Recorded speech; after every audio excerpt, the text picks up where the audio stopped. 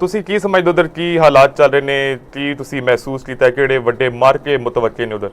ਅੱਛਾ, ਇੱਕ ਤੇ ਇਹ ਕਿ ਹੁਣ ਇਸ ਵੇਲੇ ਜਿਹੜਾ ਉਹ ਗਿਣਤੀ ਦਾ ਅਮਲ ਜਿਹੜਾ ਉਹ ਜਾਰੀ ਹੈ ਔਰ ਨਤਾਇਜ ਜਿਹੜੇ ਨੇ ਉਹ ਥੋੜੀ ਦੇਰ ਤੱਕ ਬਕਾਇਦਾ ਆਉਣਾ ਸ਼ੁਰੂ ਹੋ ਜਾਣਗੇ ਬਿਲਕੁਲ ਸਟੇਸ਼ਨ ਦੇ, ਤਾਂ ਸਾਨੂੰ ਨਤਾਇਜ ਦਾ ਵੀ ਪਤਾ ਲੱਗਣਾ ਸ਼ੁਰੂ ਹੋ ਜਾਏਗਾ। ਲੇਕਿਨ ਜਿਹੜੀ ਉੱਥੋਂ ਦੀ ਸੂਰਤ ਹਾਲ ਰਹੀ ਹੈ ਉਹਦੇ ਵਿੱਚ ਬਾਜ਼ਾਰ ਤੇ ਲੱਗ ਰਿਹਾ ਕਿ ਜ਼ਿਆਦਾ ਜਿਹੜੇ ਮੁਕਾਬਲੇ ਕਾਂਠੇਦਾਰ ਨੇ ਉਹ ਦੋ ਧਾਦੀ ਜਮਾਤਾਂ ਦੇ ਦਰਮਿਆਨ ਪੀਪਲਸ ਪਾਰਟੀ ਤੇ ਨੂਨ ਲੀਗ ਦੇ ਦਰਮਿਆਨ ਆ ਰਹੇ ਨੇ। ਠੀਕ ਹੈ, ਲੇਕਿਨ ਜਿਹੜੇ ਆਜ਼ਾਦ ਉਮੀਦਵਾਰ ਨੇ ਉਹਨਾਂ ਨੂੰ ਵੀ ਤੁਸੀਂ ਨਜ਼ਰਅੰਦਾਜ਼ ਨਹੀਂ ਕਰ ਸਕਦੇ, ਕਿਉਂਕਿ ਆਜ਼ਾਦ ਉਮੀਦਵਾਰ ਜਿਹੜੇ ਨੇ ਉਹਨਾਂ ਦੇ ਵੀ ਉੱਥੇ ਜਿਹੜਾ ਕਿਉਂਕਿ ਪੀਟੀਆਈ ਨੇ ਬਤੌਰ ਪਾਰਟੀ ਦੇ ਉਹ ਇਲੈਕਸ਼ਨ ਨਹੀਂ ਉੱਥੇ ਲੜ ਰਹੀ, ਲੇਕਿਨ ਉਹ ਆਜ਼ਾਦ ਉਮੀਦਵਾਰ ਉਹਨਾਂ ਦੇ ਜਿਹੜੇ ਨੇ ਉਹ ਲੜ ਰਹੇ ਨੇ ਔਰ ਉੱਥੋਂ ਦੀ ਮਜਲਿਸ ਵਹਦਤੁਲ ਮੁਸਲਿਮੀਨ ਜਿਹੜੀ ਹੈ ਉਹਦੇ ਨਾਲ ਮਿਲ ਕੇ ਵੀ ਲੜ ਰਹੇ ਨੇ। ਤੇ ਆਜ਼ਾਦ ਉਮੀਦਵਾਰ ਵੀ ਜਿਹੜੇ ਨੇ ਉਹ ਕਾਫੀ ਅੱਛੀ ਪੋਜੀਸ਼ਨ 'ਚ ਨੇ, ਲੇਕਿਨ ਅਸਲ ਜਿਹੜੇ ਇਲੈਕਸ਼ਨ ਹੋ ਰਹੇ ਨੇ ਉਹ ਦੋ ਧਾਦੀ ਜਮਾਤਾਂ ਦੇ ਦਰਮਿਆਨ ਹੋ ਰਹੇ ਨੇ, ਪੀਪਲਸ ਪਾਰਟੀ ਤੇ ਨੂਨ ਲੀਗ ਦੇ ਦਰਮਿਆਨ। ਸਹੀ ਗੱਲ। ਔਰ ਇਹਨਾਂ ਇਲੈਕਸ਼ਨਾਂ ਦੇ ਵਿੱਚ ਇਹ ਚੌਥੇ ਇਲੈਕਸ਼ਨ ਦੇ ਗਿਲਗਿਤ ਬਲਤਿਸਤਾਨ ਦੇ ਪਹਿਲੇ ਜਿਹੜੇ ਇਲੈਕਸ਼ਨ ਸਨ ਉਹ 2009 'ਚ ਹੋਏ ਸਨ।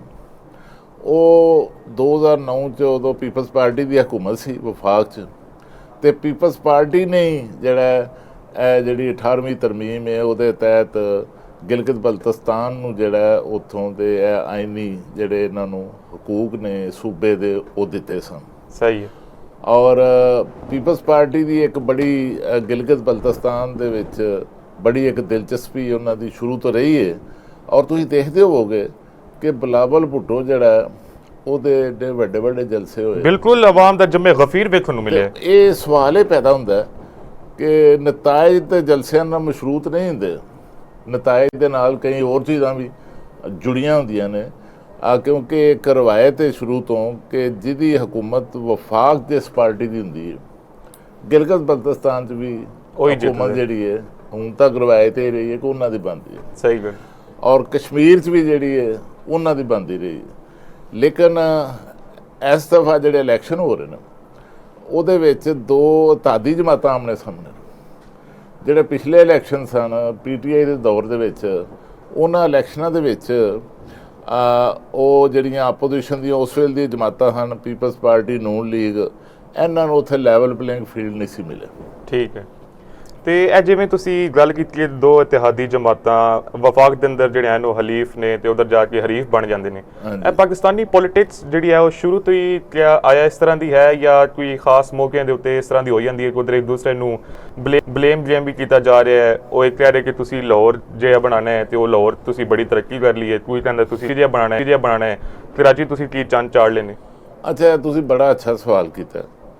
ਉਹਦੀ ਵਜ੍ਹਾ ਇਹ ਕਿ ਦੂਰ ਜਾਣ ਦੀ ਲੋੜ ਨਹੀਂ, ਬਹੁਤ ਜ਼ਿਆਦਾ ਮਾਦੀ 'ਚ ਜਾਣ ਦੀ ਲੋੜ ਨਹੀਂ। ਤੁਸੀਂ ਜਿਹੜਾ ਸਵਾਲ ਉਠਾਇਆ ਇਹ 2024 ਦਾ ਤੁਸੀਂ ਦੇਖ ਲਓ ਇਲੈਕਸ਼ਨ ਕੰਪੇਨ ਜਿਹੜੀ ਇੰਤਖਾਬੀ ਮੁਹਿੰਮ ਦੇਖ ਲਓ ਕਿ ਉਦੋਂ ਬਿਲਾਵਲ ਭੁੱਟੋ ਜ਼ਰਦਾਰੀ ਜਿਹੜੇ ਸਨ ਉਹਨਾਂ ਕੈਂਪੇਨ ਚਲਾਈ ਸੀ।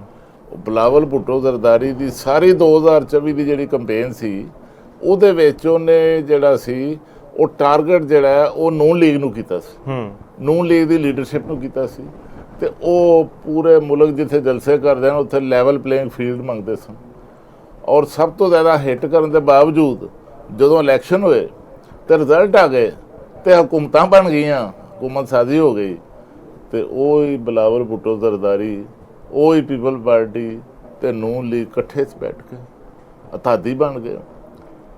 ਹਕੂਮਤ ਦੇ ਵਿੱਚ ਸ਼ਾਮਲ ਹੋਣ ਦੀ ਵੀ ਦਾਵਤ ਉਹਨਾਂ ਨੂੰ ਦਿੱਤੀ ਨੂਨ ਲੀਗ ਨੇ, ਲੇਕਿਨ ਉਹ ਬਿਲਾਵਲ ਭੁੱਟੋ ਜ਼ਰਦਾਰੀ ਨਹੀਂ ਮੰਨਿਆ। ਜ਼ਰਦਾਰੀ ਸਾਹਿਬ ਮੰਨ ਗਏ ਸਨ, ਲੇਕਿਨ ਉਹਨਾਂ ਜਿਹੜੇ ਆਈਨੀ ਯੋਧੇ ਨੇ ਉਹ ਸਦਰ ਦਾ ਉਹਦਾ ਲੈ ਲਿਆ, ਗਵਰਨਰ ਦਾ ਲੈ ਲਿਆ। ਬਿਲਕੁਲ। ਔਰ ਇੱਥੇ ਵੀ ਗਿਲਗਿਤ ਬਲਤਿਸਤਾਨ ਦੇ ਅੰਦਰ ਵੀ ਜਿਹੜੇ ਗਵਰਨਰ ਨੇ ਮਹਿੰਦੀ ਸ਼ਾਹ ਉਹਨਾਂ ਦਾ ਨਾਂ ਹੈ, ਉਹ ਪੀਪਲਸ ਪਾਰਟੀ ਦੇ ਨਾਮੀਨੇਟਡ ਗਵਰਨਰ ਨੇ। ਉਹ ਪੀਪਲਸ ਪਾਰਟੀ ਦੇ ਗਿਲਗਿਤ ਬਲਤਿਸਤਾਨ 'ਚ ਵਜ਼ੀਰ ਆਲਾ ਰਹੇ ਜੇ, ਤੇ ਹੁਣ ਉਹਨਾਂ ਦੇ ਬੇਟੇ ਇਲੈਕਸ਼ਨ ਲੜ ਰਹੇ ਨੇ। ਤੇ ਇਸ ਵਾਸਤੇ ਇਹ ਮੈਂ ਨਹੀਂ ਸਮਝਦਾ ਕਿ ਉੱਥੇ ਜਿਹੜੀ ਦੋਵਾਂ ਜਮਾਤਾਂ ਦੇ ਦਰਮਿਆਨ ਜਿਹੜੀ ਇੰਤਖਾਬੀ ਔਰ ਸਿਆਸੀ ਕਸ਼ੀਦਗੀ ਜਿਹੜੀ ਹੈ ਉਹ ਪੈਦਾ ਹੋਈ ਹੈ, ਇਹ ਕੋਈ ਜ਼ਿਆਦਾ ਅਰਸੇ ਤੱਕ ਰਹੇਗੀ। ਇਹ ਮੇਰਾ ਖਿਆਲ ਹੈ ਕਿ ਗਿਲਗਿਤ ਬਲਤਿਸਤਾਨ ਦੇ ਨਤਾਇਜ ਤੋਂ ਬਾਅਦ ਤੇ ਉੱਥੇ ਹਕੂਮਤ ਸਾਜ਼ੀ ਦਾ ਅਮਲ ਮੁਕੰਮਲ ਹੋਣ ਤੋਂ ਬਾਅਦ ਇਹ ਤਲਖੀਆਂ ਜਿਹੜੀਆਂ ਨੇ ਖਤਮ ਹੋ ਜਾਣਗੀਆਂ, ਕਿਉਂਕਿ ਇਹ ਜਿਹੜੀਆਂ ਦੋਨੋਂ ਸਿਆਸੀ ਜਮਾਤਾਂ ਨੇ, ਪੀਪਲ ਪਾਰਟੀ ਨੂਨ ਲਈ, ਇਹਨਾਂ ਦੀ ਸਰਵਾਈਵਲ ਇਕੱਠੀ ਹੈ। ਇਹਨਾਂ ਦਾ ਜਿਹੜਾ ਉਹ ਦੋਨਾਂ ਦਾ ਦੁਸ਼ਮਣ ਇੱਕ ਹੀ ਹੈ ਸਿਆਸਤ ਦੇ ਵਿੱਚ, ਇੱਕ ਹੀ ਮੁਖਾਲਫ ਇਹਨਾਂ ਦਾ, ਤੇ ਉਹਦੀ ਵਜ੍ਹਾ ਤੋਂ ਇਹ ਦੋਨੋਂ ਆਪਸ ਜੁੜੇ ਨੇ, ਇੰਝ ਹੀ ਜੁੜੇ ਰਹਿਣਗੇ। ਲੇਕਿਨ ਇੱਕ ਕੰਮ ਹੋਇਆ ਕਿ ਇਸ ਦਫਾ ਗਿਲਗਿਤ ਬਲਤਿਸਤਾਨ ਦੇ ਜਿਹੜੇ ਹਮੇਸ਼ਾ ਇਲੈਕਸ਼ਨ ਹੁੰਦੇ ਨੇ, ਉਹਦੇ ਅਸਰਾਤ ਪਾਕਿਸਤਾਨ ਦੀ ਸਿਆਸਤ ਦੇ ਬੜੇ ਘੱਟ ਆਉਂਦੇ ਨੇ। ਇੱਥੇ ਤਾਂ ਪੂਰੀਆਂ ਖਬਰਾਂ ਵੀ ਨਹੀਂ ਉਹਨਾਂ ਦੀ ਆਉਂਦੀਆਂ, ਜ਼ੇਰੇ ਬਹਿਸ ਵੀ ਨਹੀਂ ਇੰਨਾ ਹੁੰਦਾ। ਲੇਕਿਨ ਇਸ ਤੋਂ ਪਹਿਲੀ ਦਫਾ ਗਿਲਗਿਤ ਬਲਤਿਸਤਾਨ ਦੇ ਜਿਹੜੇ ਇਲੈਕਸ਼ਨ ਨੇ, ਉਹਦੇ ਅਸਰਾਤ ਪਾਕਿਸਤਾਨ ਦੀ ਸਿਆਸਤ ਵੀ ਆ ਰਹੇ। ਉਹ ਬੜਾ ਪਾਕਿਸਤਾਨ ਦੀ ਸਿਆਸਤ ਵੀ ਬੜਾ ਇਲੈਕਸ਼ਨ ਜਿਹੜਾ ਡਿਸਕਸ ਹੋ ਰਿਹਾ। ਔਰ ਇਹਦਾ ਇੱਕ ਫਾਇਦਾ ਇਹ ਵੀ ਹੈ ਕਿ ਗਿਲਗਿਤ ਬਲਤਿਸਤਾਨ ਦੇ ਜਿਹੜੇ ਲੋਕ ਨੇ, ਜਿਹੜੇ ਪਸਮਾਨਦਾ ਇਲਾਕਾ ਹੈ, ਪਸਮਾਨਦਾ ਲੋਕ ਨੇ, ਹਾਲਾਂਕਿ ਉੱਥੇ ਬੜੇ ਪੜ੍ਹੇ ਲਿਖੇ ਲੋਕ, ਬੜੀ ਲਿਟਰੇਸੀ ਰੇਟ ਬੜਾ ਚੰਗਾ ਉਧਰ ਦਾ, ਲੇਕਿਨ ਉਹਨਾਂ ਦੇ ਮਸਾਇਲ ਜਿਹੜੇ ਨੇ ਉਹ ਹਾਈਲਾਈਟ ਹੋ ਜਾਣ। ਔਰ ਇਹਦੇ ਵਿੱਚ ਦੋਵਾਂ ਪਾਰਟੀਆਂ ਨੇ ਜਿਹੜਾ ਇਲੈਕਸ਼ਨ ਲੜਿਆ, ਦੋਨਾਂ ਦੇ ਬਿਆਨੀਏ ਮੁਖਤਲਿਫ। ਨੂਨ ਲੀਗ ਦਾ ਬਿਆਨੀਆ ਜਿਹੜਾ ਸੀ ਉਹ ਡਿਵੈਲਪਮੈਂਟ ਦਾ ਬਿਆਨੀਆ ਸੀ ਕਿ ਅਸੀਂ ਪਹਿਲੇ ਵੀ ਇੱਥੇ ਬੜੀ ਤਰੱਕੀ ਕੀਤੀ ਜਦੋਂ ਸਾਡੀ ਹਕੂਮਤ ਸੀ, ਤੇ ਅਸੀਂ ਹੁਣ ਵੀ ਅੱਗੋਂ ਇੱਥੇ ਬੜੀਆਂ ਸੜਕਾਂ ਬਣਾਵਾਂਗੇ, ਰੋਡ ਨੈਟਵਰਕ ਕਰਾਂਗੇ। ਕਿਉਂਕਿ ਜਿਹੜਾ ਇਹਦੇ ਕੋਈ ਸ਼ੱਕ ਨਹੀਂ ਕਿ ਜਿਹੜਾ ਗਿਲਗਿਤ ਸਕਰਦੂ ਰੋਡ ਉਹ ਨੂਨ ਲੀਗ ਨੇ ਬਣਵਾਇਆ। ਔਰ ਹੋਰ ਵੀ ਇਸ ਤਰ੍ਹਾਂ ਦੇ ਪ੍ਰੋਜੈਕਟ ਉਹਨਾਂ ਕੀਤੇ। ਨੂਨ ਲੀਗ ਨੇ ਤਾਂ ਕਲੇਮ ਵੀ ਕੀਤਾ ਕਿ ਨੂਨ ਲੀਗ ਤੋਂ ਇਲਾਵਾ ਉਧਰ ਕਿਸੇ ਨੇ ਇੱਟ ਵੀ ਨਹੀਂ ਲਾਈ। ਨਹੀਂ, ਬੜੀਆਂ ਇੱਟਾਂ ਲੱਗੀਆਂ, ਲੇਕਿਨ ਉਹ ਪੁਰਾਣੀਆਂ ਹੋ ਗਈਆਂ। ਅੱਛਾ, ਉਹ ਇਸ ਵਾਸਤੇ ਕਿ ਸਵਾਲ ਜਿਹੜਾ ਅਸੀਂ ਪਹਿਲੇ ਸਵਾਲ ਕਰ ਰਹੇ ਹਾਂ ਕਿ ਪੀਪਲ ਪਾਰਟੀ ਦੇ ਏਡੇ ਵੱਡੇ ਜਲਸੇ ਕਿਉਂ ਹੁੰਦੇ ਨੇ।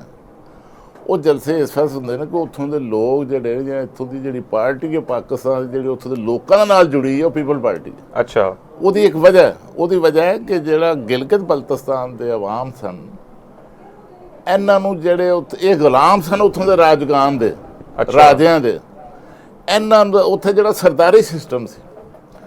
ਔਰ ਇਹ ਸਰਦਾਰੀ ਸਿਸਟਮ ਜਿਹੜਾ ਇਹ ਪੀਪਲਸ ਪਾਰਟੀ ਦੇ ਜਿਹੜੇ ਬਾਨੀ ਸਨ ਜ਼ੁਲਫਕਾਰ ਅਲੀ ਭੁੱਟੋ, ਇਹ ਸਰਦਾਰੀ ਸਿਸਟਮ ਜਦੋਂ ਉਹ ਹੁਕੂਮਤ 'ਚ ਆਏ, ਇਹ ਉਹਨਾਂ ਉੱਥੇ ਖਤਮ ਕਰਾਇਆ। ਔਰ ਰਾਜਗਾਨ ਕੋਲੋਂ ਇਹ ਨਿਜ਼ਾਮ ਵਾਪਸ ਲੈ ਕੇ ਆਮ ਲੋਕਾਂ ਨੂੰ ਜਿਹੜਾ ਉੱਥੇ ਇਖਤਿਆਰਾਤ ਜਿਹੜੀ ਉਹਨਾਂ ਦੀ ਜਿਹੜੀ ਗਵਰਨਮੈਂਟ ਕੀਤੀ। ਔਰ ਇੱਕ ਹੋਰ ਚੀਜ਼ ਹੈ, ਇਹ ਜਿਹੜਾ ਰੌਲਾ ਪਿਆ ਨਾ ਹੁਣ, ਫਿਰ ਉਹ ਕਸ਼ਮੀਰ ਤੇ ਜਿਹੜਾ ਉਹ ਸਬਸਿਡੀ ਦਾ ਰੌਲਾ ਮੁਖਤਲਿਫ ਕਿਸਮ ਦਾ, ਇਹ ਜਿਹੜੀ ਗੰਦਮ ਤੇ ਸਬਸਿਡੀ ਹੈ ਨਾ, ਇਹ ਗਿਲਗਿਤ ਬਲਤਿਸਤਾਨ ਤੇ ਕਸ਼ਮੀਰ ਦੇ ਵਿੱਚ ਇਹ ਵੀ ਜ਼ੁਲਫਕਾਰ ਅਲੀ ਭੁੱਟੋ ਦੇ ਗਿਆ ਸੀ।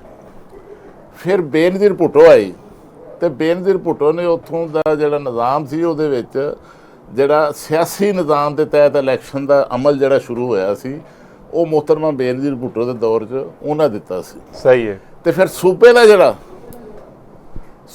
ਜਿਹੜਾ ਸੂਬਾ ਬਣਾਉਣ ਦਾ ਜਿਹੜਾ ਸੀ ਮਾਮਲਾ, ਜਿਹੜਾ ਇਹ ਅਮਲ ਸੀ, ਇਹ ਸਦਰੇ ਪਾਕਿਸਤਾਨ ਆਸਫ ਅਲੀ ਜ਼ਰਦਾਰੀ ਨੇ ਜਿਹੜਾ ਉਹ 18ਵੀਂ ਤਰਮੀਮ ਦੇ ਤਹਿਤ ਇਹ ਕੀਤਾ ਸੀ। ਇਸ ਤੋਂ ਇਲਾਵਾ ਹੋਣਗੇ ਉਹਨਾਂ ਦੇ ਹੋਰ ਮਨਸੂਬੇ ਵੀ, ਲੇਕਿਨ ਇਹ ਜਿਹੜੀਆਂ ਇਸਲਾਹਾਤ ਨੇ ਔਰ ਉੱਥੋਂ ਦੇ ਲੋਕਾਂ ਦੀ ਇੰਪਾਵਰਮੈਂਟ, ਇਹਦੇ ਵਿੱਚ ਪੀਪਲਸ ਪਾਰਟੀ ਦਾ ਵੀ ਬੜਾ ਕਿਰਦਾਰ ਰਿਹਾ। ਲਿਹਾਜ਼ਾ ਪੀਪਲਸ ਪਾਰਟੀ ਨੇ ਆਪਣਾ ਇਲੈਕਸ਼ਨ ਜਿਹੜੀਆਂ ਉੱਥੋਂ ਦੀਆਂ ਰਿਫਾਰਮਸ ਕੀਤੀਆਂ ਨੇ, ਉਹਨਾਂ ਨੂੰ ਬਿਆਨੀਆਂ ਬਣਾ ਕੇ ਉਸ ਬਿਆਨੀਏ 'ਤੇ ਲੜਿਆ, ਤੇ ਨੂਨ ਲੀਗ ਨੇ ਜਿਹੜਾ ਉਹ ਡਿਵੈਲਪਮੈਂਟ ਦੇ ਬਿਆਨੀ 'ਤੇ ਲੜਿਆ। ਠੀਕ ਹੋ ਗਿਆ।